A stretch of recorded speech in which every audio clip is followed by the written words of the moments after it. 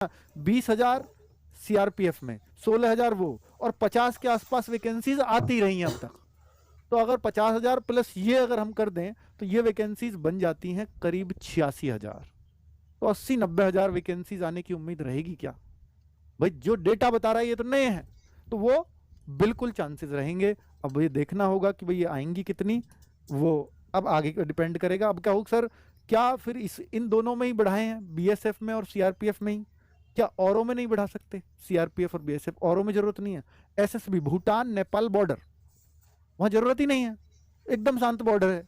ITBP China, Assam rifle China, तो ये जो है चाइना बॉर्डर है, अभी कोई ऐसी टेंशन तो चल नहीं रही। तो मुझे नहीं लगता कि यहाँ जितनी रूटीन वैकेंसीज उतनी ही आती रहेंगी।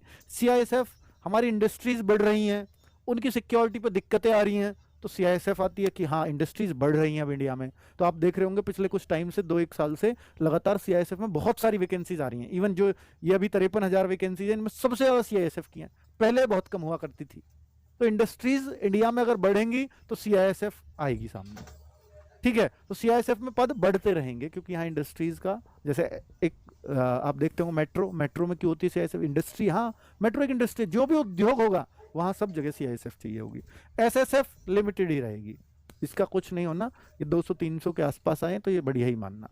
चलो एसएसएफ का कल एक इंसिडेंस बता देता हूँ कि बहुत सारे बच्चे एसएसएफ के अब इस बार के ट्रेनिंग पे पहुंचे, तो वहां से जो उस्ताद जी थे उनका कॉल आया मुझे कि सर मैं बात, मतलब हमारी टीम को कॉल आया कि सर मैं बात करना चाहता हूँ अंकित सर से। तो मैंने बात की उनसे, तो वो बोले कि सर यहाँ पर जितने भी बच्चे ट्रेनिंग के लिए आए हैं आप ऐसा क्या पढ़ा दो। पहले तो आपको बहुत बहुत बधाई, उन्होंने मुझे बधाई वगैरह दी।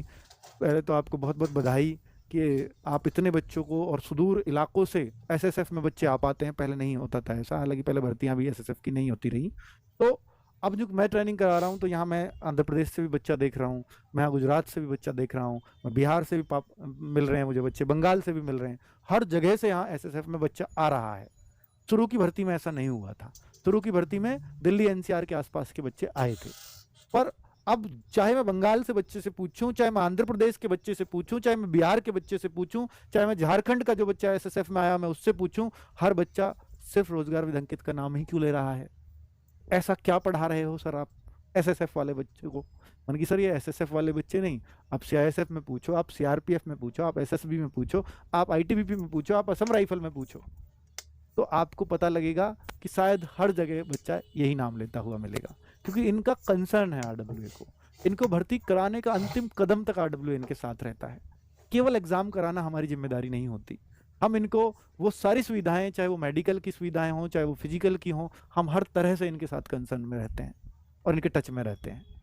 तो फिर उनको समझ आ गया कि इनका जो उद्देश्य है वो केवल एग्ज़ाम कराना नहीं, एग्ज़ाम से आपके लिए फीस बटोरना नहीं। और हाँ, एक और बात बोली कि सर ये बच्चे का सबका कॉमन कहना है जो दूर से आ रहे हैं, बहुत गरीब गरीब बच्चे हैं, वो कह रहे हैं सर हम तो इसलिए जुड़ पाए, यहाँ कोर्स 700 का था, यहाँ 600 का था, तो यहाँ इतने सस्ते कोर्स में जो 600-700 में कोई ऐसी तैयारी करवा सकता है। तो उन्होंने ऐसी चीज़ें मुझे बताई, मैंने कि मुझे असली मोटिवेशन मिला उस बात से। तो भाई बहुत अच्छा लगता है जब आपके उस्ताद का ही खुद का कॉल आ गया और बच्चों से लिया होगा नंबर कि कहाँ कैसे कांटेक्ट कर सकते हो ना, हेल्पलाइन नंबर बच्चों के पास होता है, आपके पास भी है। तो फिर वो कह रहे हैं कि सर आपके ऑफिस ही आएंगे हम किसी दिन, और वहां आकर के एसएसएफ वाले बच्चों को जो वो गलतियां करते हैं क्या उन्हें चुनना चाहिए, और कुछ थोड़ी सी बारीकियां और बताएंगे ट्रेनिंग पे उनको कैसे जाना चाहिए, क्या तैयारियां करनी चाहिए, जो बच्चे बहुत गलती करते हैं। तो मैं एक बार आपके यहाँ से एक लेक्चर देना चाहता हूँ सभी बच्चों को। मैंने कहा आइए, मोस्ट वेलकम, हमारे बच्चों को बहुत फायदा होगा। ठीक है, तो वो आएंगे तो भाई आपको मिलवाऊंगा अभी तब भी। ठीक है, एसएससी जीडी फॉर्म्स अक्टूबर नवंबर में इस बार आ रहे हैं 2025 में। जो 80,000 90,000 की मैं बात कर रहा हूँ वैकेंसीज की, ये आपको पता चलेगा अक्टूबर नवंबर में, जब नोटिफिकेशन आएगा तब क्लैरिटी आएगी। हालांकि शुरू में 30 आए, 40 आए, 50,000 आए, 60,000 आए, इससे कोई नहीं घबराना है, क्योंकि ये एसएससी जीडी का अब तक का जो रिकॉर्ड मैं बता रहा हूँ पिछले 3 बार का लगातार, कि शुरू में कम पद आते हैं और फिर उन्हें बढ़ा करके 15-20,000 25,000 तक बढ़ते हैं, उन्हें डबल सा कर दिया जाता है। तो शुरू में अगर वैकेंसी आए भी, आप कहोगे सर आप तो 80,000 की बात करते थे, 86,000 की, ये तो आई है 40,000 ही, तो उससे घबराना नहीं है, वो बाद में बढ़ जाती हैं। ठीक है, चलो, तो वो अभी इस बात को क्लियर नहीं कहा जा सकता कि इसी दिन आपको सब कुछ पता लग जाएगा, है ना। तो वो पर बाद में इतनी ही हो जाएंगी, ये श्योरिटी है, क्योंकि नई वैकेंसीज दिख रही हैं और उनका कारण पता बताया है उन्होंने।